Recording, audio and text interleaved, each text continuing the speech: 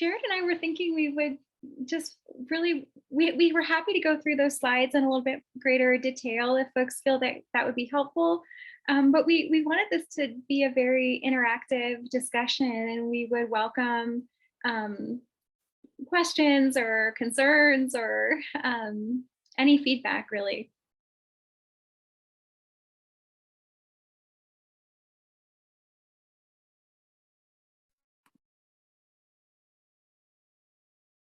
Here's another thing I'd love to hear from the group is are you all doing anything like this at your institution? What's the experience been like? I think one of the things that's made me, I think, sort of proud of our field in palliative care is that I think over the last few years, people with training in communication and leaning into hard things have been using those two skills to lean into lots of hard things outside of medicine and palliative care specifically. And I think it's gone sort of variably well depending on what part of the country people have been in to some extent. And I think that's been sort of interesting and enlightening to hear about people's experiences from too.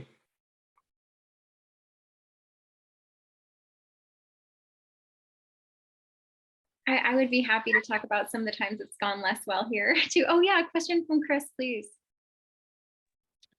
So I'm old, and I'm admitting that to all of you. Can you define how you use microaggressions as opposed to racism, as opposed to lots of different things? I'm Canadian, so we're very politely microaggressive, but.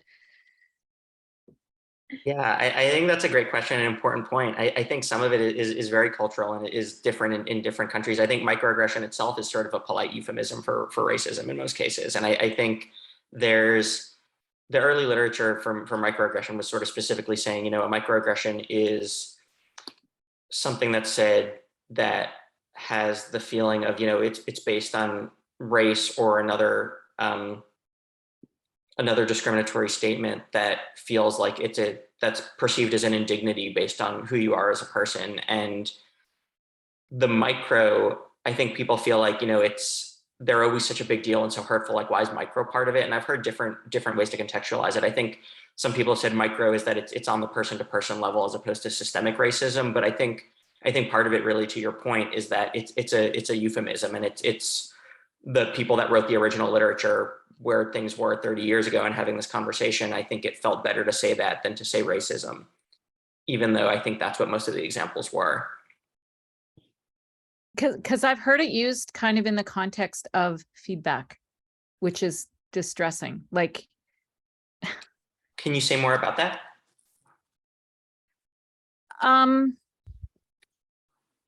It just seems, and maybe it's not in the classic form of racism, but more a generational thing that people of my generation giving feedback to residents coming through currently.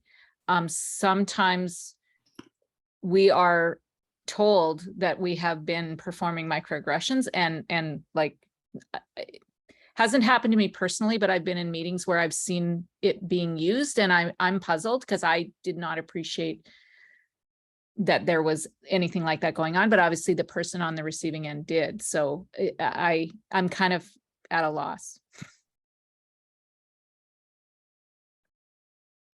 Yeah, I mean, it's a good question. I think without hearing specific examples, I think it's possible. I mean, it's possible that it truly is. I think depending on what's said, and I think some of it is that, you know, I think there are generational differences in the way we talk and communicate, and if some of it, I think there are certainly things that, to some extent, the microaggression is in the eye of the beholder, and there may be things that if you took a panel of people, something could be said, and most people would say maybe that's not a microaggression. But I think at the end of the day, it's possible there are things that don't feel wrong that I think people may have been saying for quite some time, and probably are inappropriate looking with today's lens, that I think people don't realize, and that I think it's on us probably, as if somebody says, you know, what you just said to me feels like a microaggression, probably the default should be to take a long, hard look at it and say, like, you know, let's talk more about that. If it was, I'd like to learn more.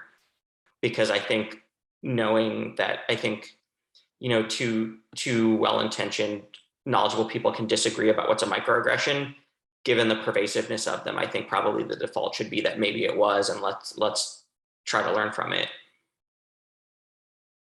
Yeah, I would echo absolutely everything that you said, Jared. I think it can be really difficult in the moment, especially in times when someone has come up to me and maybe provided feedback that like something that I said or did was hurtful. I think my default reaction, especially before I did a lot of these trainings, was to be like very hurt and defensive about it. And I think one of the things that I love that Ibram X. Kendi says in an interview with Brene Brown, that I think sort of like reframes what we're doing with sort of this training, is the idea that if we're born in this country, racism is raining down on us from the day that we're born, because racism permeates, it saturates our society. And I think what we're hoping to do with providing more feedback that's focused on impact of these comments, even if the intention is like very kind, is to say, hey, we're offering you an umbrella. And I think if you have this, I think if you're already drenched and someone's offers you an umbrella, but the message that racism is sending is that you're dry, it takes this extra step to be like, oh, thank you, I need that umbrella, I appreciate it. And I think that's kind of what we're aiming for, is to have like a growth-oriented conversation around how we can create more inclusive spaces, even when that means we have to question things that we might have thought were sort of completely standard and okay around our communication. And it totally has been a learning process for me. I'm so sorry, I don't know who raised their hand first, if it was Ileani or Amy. Amy. I just have a million questions, and one of the stats that you showed on your slide, Katie, that was fascinating was that 100% of people felt psychologically safe, and I was like, cool, that seems really important. And also, you probably want people to feel a little bit uncomfortable when they're doing this work and they're exploring their own biases. And if they leave feeling super great, I'm curious about the impact of the work. And so I'm wondering if the two of you, or if others who have used curriculums like this, can kind of talk about how you strike that balance between psychological safety and participation, but then also kind of pushing people to stretch and go to some uncomfortable places. Yeah, I want to emphasize that we absolutely don't equate psychological safety with comfort, and that we actively, when we talk about psychological safety and what we want to do to cultivate it in the sessions, we make a very distinct difference between feeling unsafe and feeling uncomfortable, and that we hope people will feel uncomfortable and kind of push themselves into their growing edge, but that we don't want this to be a space that feels dangerous. And knowing that for some people in these sessions, depending on the social identities that they hold, this can be sort of re-traumatizing and difficult. And we want to protect those folks and give them permission to step away or get support. And we close every session with kind of our wellness and mental health resources at our institution. And at the same time, we don't want people to be so comfortable that they're not pushed to examine the things that they do in a way that might be new or different or challenging. And we do sort of a collaborative process at the beginning in terms of how we're going to define and create psychological safety in the group that seems to be pretty well received. And we also have had numerous times where we've had feedback from folks at the end saying like, you know, I don't know if 30 minutes is enough for me because it's really intense stuff comes up and I don't necessarily feel ready to go back to the wards after a 30-minute session. And comments like that have helped us sort of change the format for the content.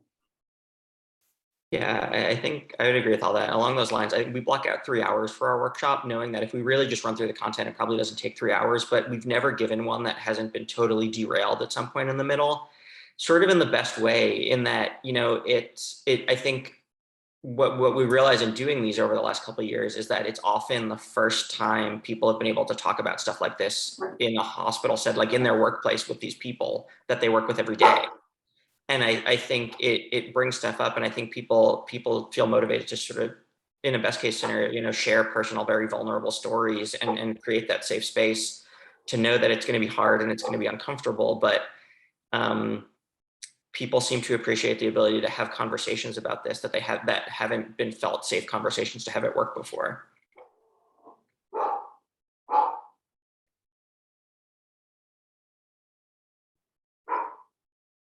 Eleni, please, yeah. Sure. Thank you. I also really appreciated your definition just now of what psychological safety is, because it's something we have been thinking a lot about, especially when we're talking about how do you call someone in versus calling someone out. And I may have misunderstood, but I was curious, like, do you give an actual algorithm or something, or a cue card or a take-home sticker, whatever it is, like, what do people walk away with? Yeah, so from ours, we go through, like, we give out a little fold-out pocket card that looks just like a PALS card that people could put in their white coat, that has the algorithms. It has the definition both of microaggressions and of specific types of microaggressions. And it has a little chunk that we borrowed from the literature about, you know, setting the stage, that I think sort of the two most important parts of this are really the bookends of the algorithms, which is the setting the stage piece that we took a lot of from a piece called 12 Tips for Responding to Microaggressions from Wheeler and his team, that I don't know if people have seen that. I think just a wonderful article. Is one of the first I saw that sort of gets into very concrete terms and language about, you know, saying things like, we work in a diverse setting in healthcare. Microaggressions are going to happen. I think it's important we talk about them. I want to create a space where we can all share, you know, what our role is in it. We all look different. We're all not equally likely to be targeted by this, and we're also not all the same in what we want our role to be when these things happen. So let's put it all out there. Let's talk as a team. And then as the team leader, naming, you know, at times I may be the one that says or commits a microaggression, and I hope you'll feel comfortable calling me out, and sort of I hope I learn from you as you learn from me. And I think something really cool that happened with our team was that it's something that in our team we talk about so much now, that it's really changed the culture and the dynamic of the way that we talk about patient care, the way we talk about teams, the way we round. And we had a visiting resident with our team once, and I think she'd been with us for like a day and already had enough of the vibe of our team that I one day, in talking about something on rounds, used the term spirit animal.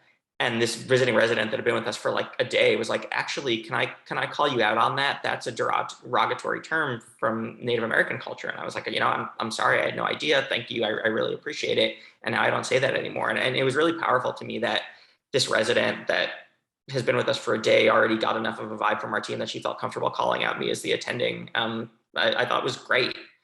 And sort of the other bookend of it is the last algorithm, the acknowledge and support, which is modeled on, in the early microaggression literature, they talked about the typical pattern of the microaggression, which is that the person who's targeted at first isn't sure that they were actually isn't sure one actually happened, because they happen so commonly every day. And there's this culture of, you know, everyone's too sensitive, like we can say what we want, don't worry about it.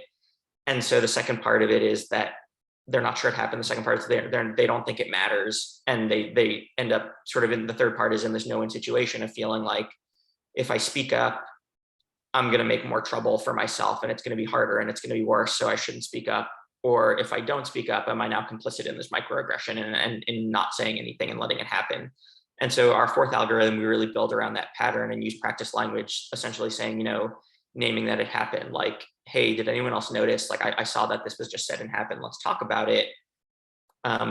It's important that we talk about it. It matters. So I wanted to name it and make sure that we have some space to talk about it. And then the third part is that the you matter part, that, you know, I think it's important we talk about this because I think you and all of us deserve to feel safe in our workplace and have that psychological safety and feel like you can bring your whole self to work without worrying that you're going to be constantly microaggressed on. And the goal, the language can come off as a little stunted, but the goal is that that's not the whole conversation. That's sort of just naming it and being a door open to either more conversation in the moment or more conversation at some later point.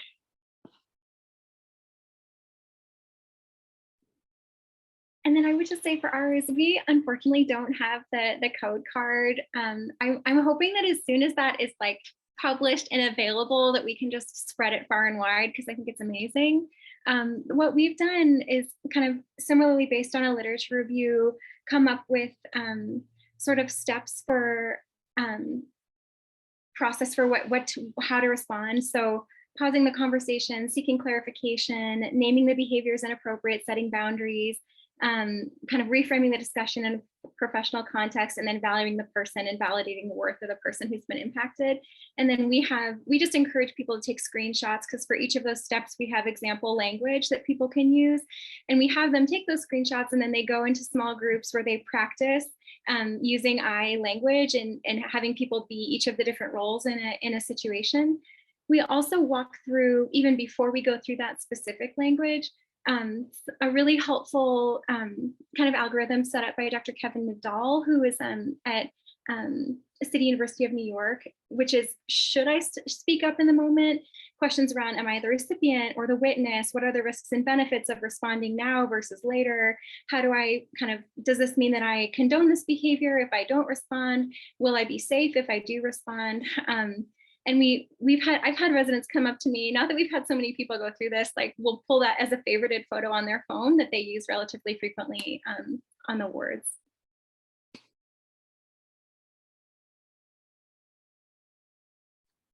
Karen, do you have a question? Okay, that was just like a high hand wave. Or wait, you're muted? I don't know if you wanted to be unmuted or not. Okay. Sorry. No worries. 2 steps, lower the hand, then hit the unmute. I had missed to the beginning, but I was so intrigued by your title that I came. And I have to tell you that I'm really kind of overwhelmed by what you've done, because I feel like there's all these side conversations of this happening, right? I got pulled aside for someone to say, like, this just happened to me, or I think this just happened to me. Just exactly what you were describing about this. Did it happen? Does it matter, right? And then you have these privately conversations of perhaps validating people and saying, wow, that's terrible, and maybe trying to talk with the other people about what happened. But the fact that this is an open culture shift it's fantastic. I'm loving what you're doing. And I have no idea the context that you did it in, or how broad your population was that you did it within, but I hope that it continues to get bigger and bigger in your circles. And I hope that you'll be sharing your slides, because I said I missed it. But it's really wonderful to think about this as just such a giant culture shift. And the fact that you had mentioned that the rotator in one day got it, that it was okay to speak up as a newcomer, and somebody that could speak to an attending. That's phenomenal. I mean, I've experienced when residents are afraid to comment to attendings about medical things that they disagree with, much less something like this. So that is such a huge win that you're creating that kind of culture change, and congratulations. I love it. Thank you. Thank you, Karen. I'm just resharing the slides in case you didn't get to see them earlier. I think this one has kind of the most content on it, so I'll leave that there. Yeah, I'm happy to kind of talk through a little bit of this one. The 1 and 2 look really similar. It's the discriminatory statements and discriminatory requests, and we have them all built around a medical encounter, but and so the first step is assessing medical situation, and obviously if there's instability, you just proceed with urgent medical treatment. But it's hard to read it, but the little gray box is talking about in a non-clinical setting that you can just skip over that first part, because our goal, while this was created to sort of answer the question of what happens when a patient or family in the middle of a medical encounter says something racist, we realize the more workshops we do that, and the data supports that when somebody's targeted by a microaggression at work in a healthcare setting, 20% of the time comes from a patient or family, 60% comes from a colleague. And so realizing that, most of the time this may be patient adjacent. And so feeling like people can break it away from the patient care encounter. I think another box that's really important to us was this little gray readiness box in the top right.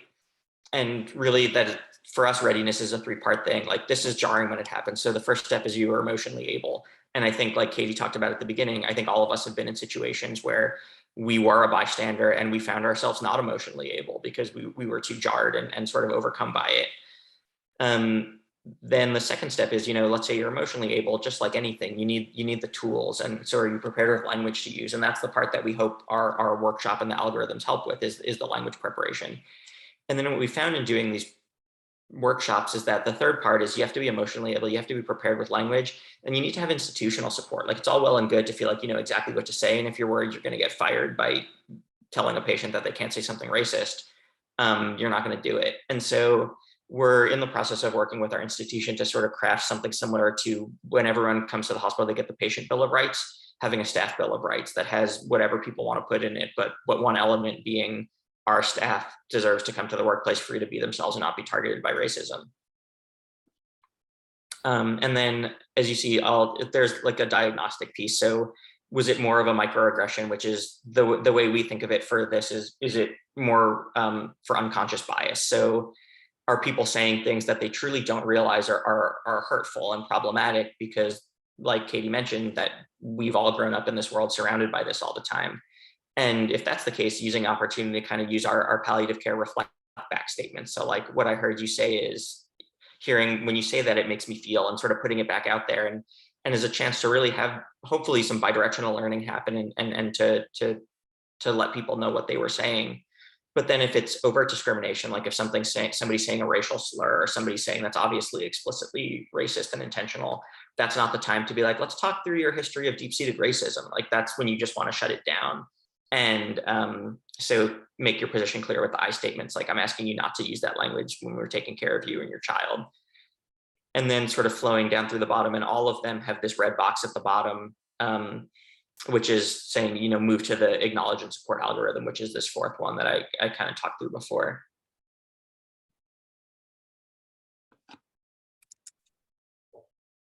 Blythe, I saw you raise your hand, I believe. Yeah, well, first of all, I think this is fantastic and I applaud you. And it also seems like the one where it comes from the patient or the patient parent or caregiver would require a previous amount of training or empowerment to understand some of the underlying dynamics that happen in those clinical care settings between parents and clinicians, especially there might be a lot of parental emotions driving the behavior that are mixed up in the language that they're using or the behavior that they're doing, and that to simply address the microaggression as an aggression in the context of systemic racism or sexism or gender discrimination it's not, I mean, I'm telling you what you already know, but like that's not enough, because their balance of power between parents and clinicians, especially when it involves a child, there's just a lot more going on there. So I wonder about that. Just to speak back to a parent, not obviously when their child's in arrest, but like even in like, that's like a different, and then of course the balance of power in an academic hierarchy when you've got a doctor with a social worker or but it's, so their balance of power is going both ways, but I think the caregiver clinician encounter is particularly fraught. Absolutely, yeah. Thanks for bringing that up, Blythe. And sort of inherent in this from the beginning has always been the acknowledgement that, as a children's hospital, there's a kid bystander in this too, that at the end of the day, we need to be able to provide medical care for. And in doing the workshop, we spend a lot of time talking about, at the end, and to have an out, to be able to if the conversation is getting too intense or going off the rails, sort of redirecting it back to being able to preserve the therapeutic relationship. So at the end of the day, you can still take care of the child. But I think you're right, but in naming the tension, and we've worked with the patient experience team at our hospital, acknowledging that, sort of to your point, there are times where staff support and patient and family support are going to be at odds with each other, and patient experience and staff experience are at odds with each other. And I think that is sort of inherently part of this work. And I think I don't have an easy answer to it, but I think it was something that we tried to be mindful of, and we're sort of trying to be careful at the beginning and to really engage the patient experience folks to talk about, what does it look like to walk that line, and where do we sort of, where's the right spot to be, and how do we be mindful of that, but at the same time absolutely value our colleagues and know that there have to be some lines that are uncrossable even within the patient encounter.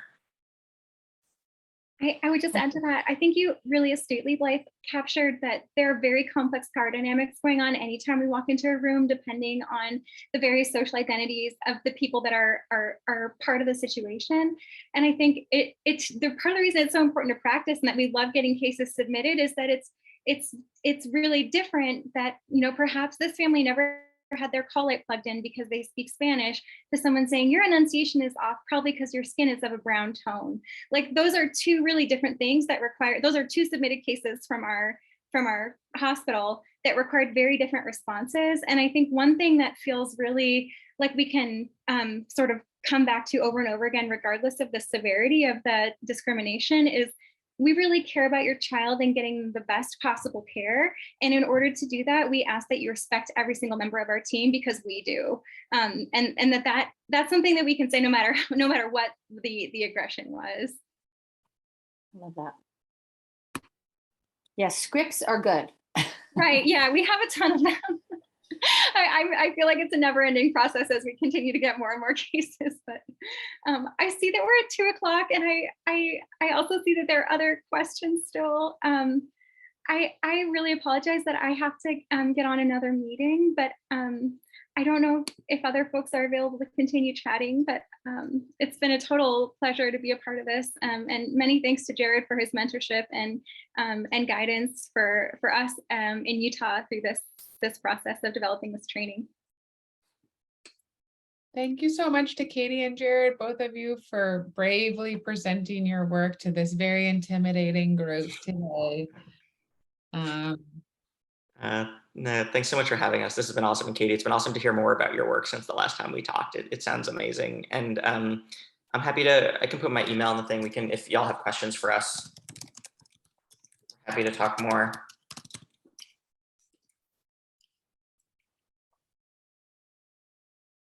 Awesome. Thanks, everyone. Thanks, everyone.